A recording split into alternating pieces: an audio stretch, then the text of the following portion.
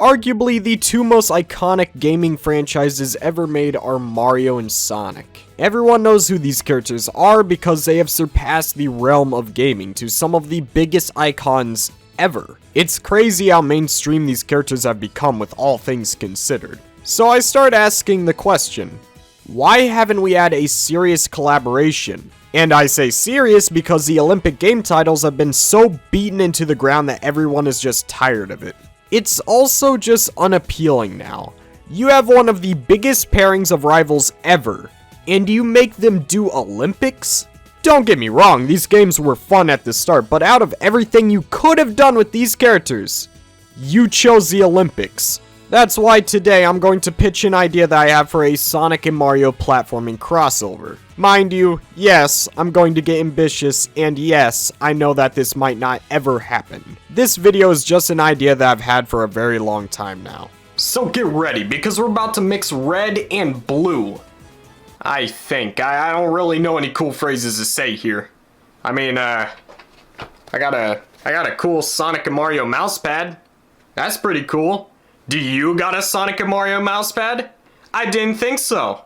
Before we get into what the story will look like, we need to talk about what restrictions that this game will have, because since Nintendo is involved, it does change a lot of how this game will be made. First of all, this game is going to be exclusive to Nintendo Switch. There is no way of convincing Nintendo to put Mario on another console, it just ain't happening. I know that this would suck for a lot of Sonic fans who play on other consoles, but this is just one of the things that we have to deal with. I'm personally not too hurt by this because I love my Nintendo Switch and this would be the perfect game for that console. The second thing that we have to worry about is the story, because Sonic and Mario stories are much different from one another. Mario has more of a show don't tell approach, while Sonic has a lot of dialogue and character building. These two philosophies could definitely hurt the overall feel of the game because you just can't have both. There is also the fact that Nintendo probably doesn't want baldy nose hair to touch Mario with a 10-foot pole. So what I suggest that they do with this story is that they take out Sonic's voice and leave him with only grunts and woohoos.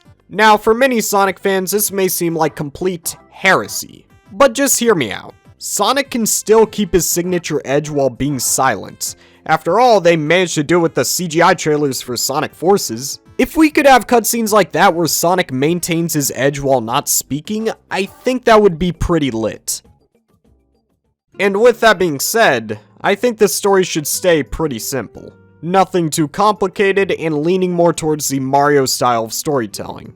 The story would begin with a side-by-side view of Sonic fighting Eggman in the sky while on Tails' airplane. And then Mario would be fighting Bowser on a ship in the sky. Eggman is carrying a cage or a capsule full of animals, and Bowser is carrying Princess Peach. But then Eggman pulls out a device with a big red button on it. When he presses it, a black hole appears and Sonic gets pulled into it. Then it cuts to Mario seeing the black hole, which then ends up with him getting pulled into it. The black holes both lead them into each other's respective worlds. Of course, when Mario shows up in Sonic's world, Eggman will be surprised because he realizes that his machine isn't working properly. Except now that Sonic is in Mario's world and Mario is in Sonic's world, the roles have been reversed. Mario is trying to save the animals, and Sonic is now trying to save the princess. It's like a natural instinct for them to put their questions about what just happened to the side so that they can save somebody that's in trouble.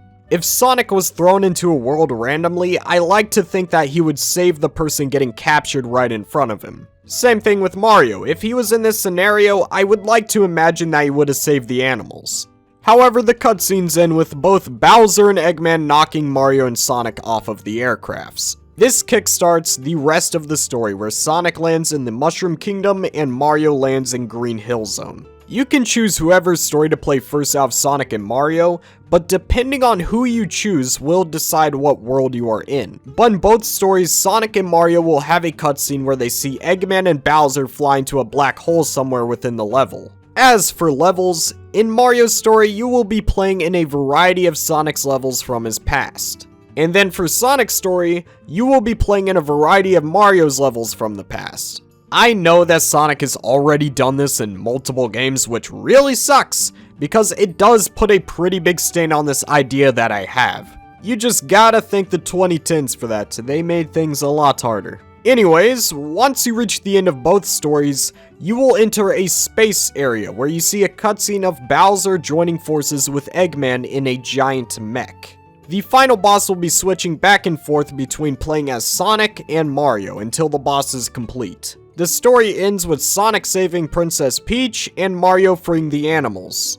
They both see this happen, so they walk up to each other and perform a super energetic high five, before returning to the respective worlds via black holes. And that would be the story. It's very simple, but I think it gets the message across pretty well. I know I structured it almost exactly like how a Mario story is structured, but that was kind of the point. Mario's storytelling can blend with most video game characters. Sonic's storytelling is very hard to blend. And besides, I think it'd be really charming to see Sonic and Mario interact with actions instead of dialogue.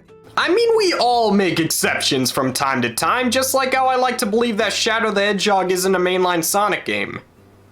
It's not. But before we can get into gameplay, I have to tell you about an awesome thing right now. Listen closely because you didn't hear it from me, but there is a service called Skillshare. It's pretty cool. Skillshare is an online learning community with thousands of inspiring classes for creators.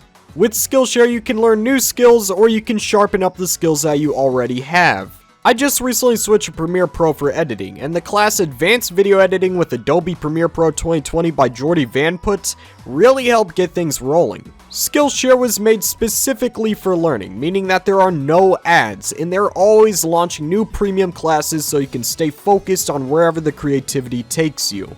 And they got more than just video editing. They got animation, creative writing, film and video, fine art, graphic design, music, and more.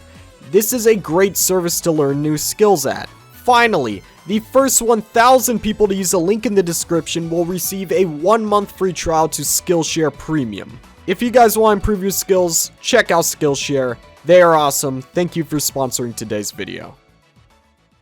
Anyways, it's time to get back into the gameplay. Both characters will have a set of levels from both franchises to beat until they reach the end of the game. The objective of both stories is to reach the black hole at the end of the level. However, depending on what character you are playing as, getting to the black hole may be different. For Sonic, you are using the boosting gameplay from Sonic Generations. You will be boosting through Mario's world environments in the typical linear level design fashion that you would see in Sonic Generations.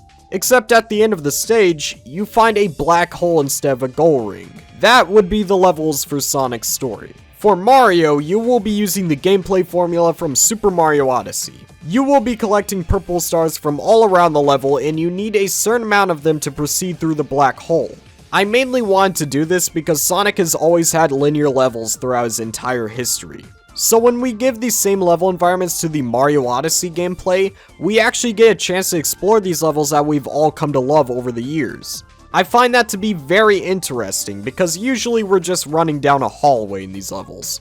Like, imagine if you could climb up the waterfall in Green Hill Zone or explore the many streets and buildings in City Escape.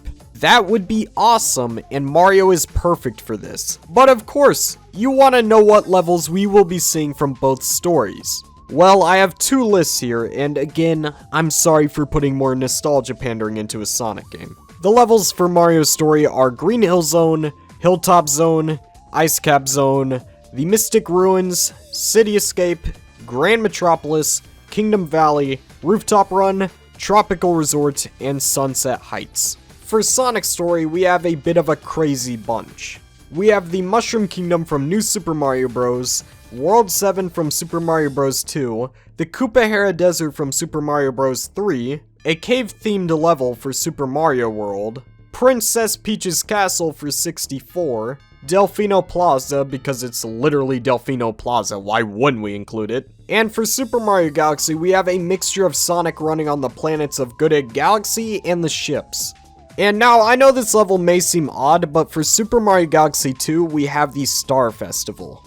Then we have New Donk City, and finally Bowser's Fury. Sonic's levels were really hard because the levels from Mario games were never really just one level, they were kind of split off into multiple. So it's kind of hard to just pick one specific iconic level from a Mario game. Now with that being said, there are a lot of interesting things that you could do with all of these levels. Like how you would finally be able to explore Tropical Resort. Or you could be in Super Mario Bros. 2 where you're boosting and platforming around clouds before dashing into a floating castle full of enemies. Much like how Mario can be used to explore Sonic's levels, Sonic could be used to explore the places around the levels in Mario games. I also just want to see Sonic blast through and kill all of the Koopas and Goombas while collecting millions of dollars in debt for destroying everything. At the same time, it's gonna be cool to mess around in Rooftop Run because that place is literally the definition of bliss. Which leads into the last thing that I want to discuss for this hypothetical crossover. The soundtrack for these levels.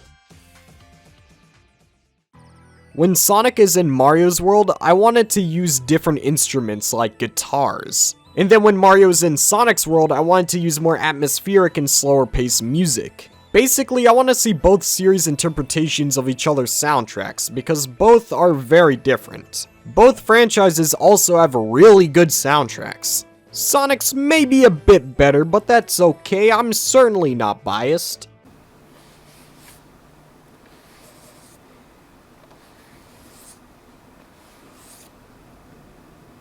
What? Anyways, that's the pitch. It most likely will not happen, but a man can dream. It would still be dope if one day Nintendo and Sega actually did something different with these two characters that aren't Olympics. But hey, maybe there's something in the future. I mean, it does look like Nintendo and Sega have been growing a close relationship recently. At the end of the day, all I want is my two favorite boys to get along.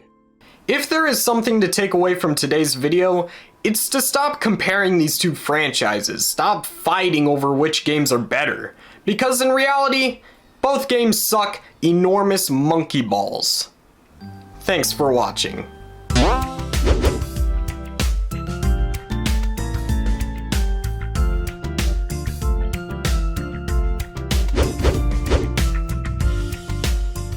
My channel members are Speederlight, Snicks, Minmeta, Saint, Sonic Hub, Thomas One Rye, Chip Chap Chop, Scape, Virtuous Azon, Sonic Pip, Daddy Cabbage Cake, Azure Sonic, Crash D00D, The Squeaker Nerd, Super Shax Boom, Sonic Extreme, and Super Saiyan Sonic. Thank you guys so much for supporting the channel. You guys went out your way to help me. I can't thank you guys enough. Love you guys so much. See you in the next video. Adios.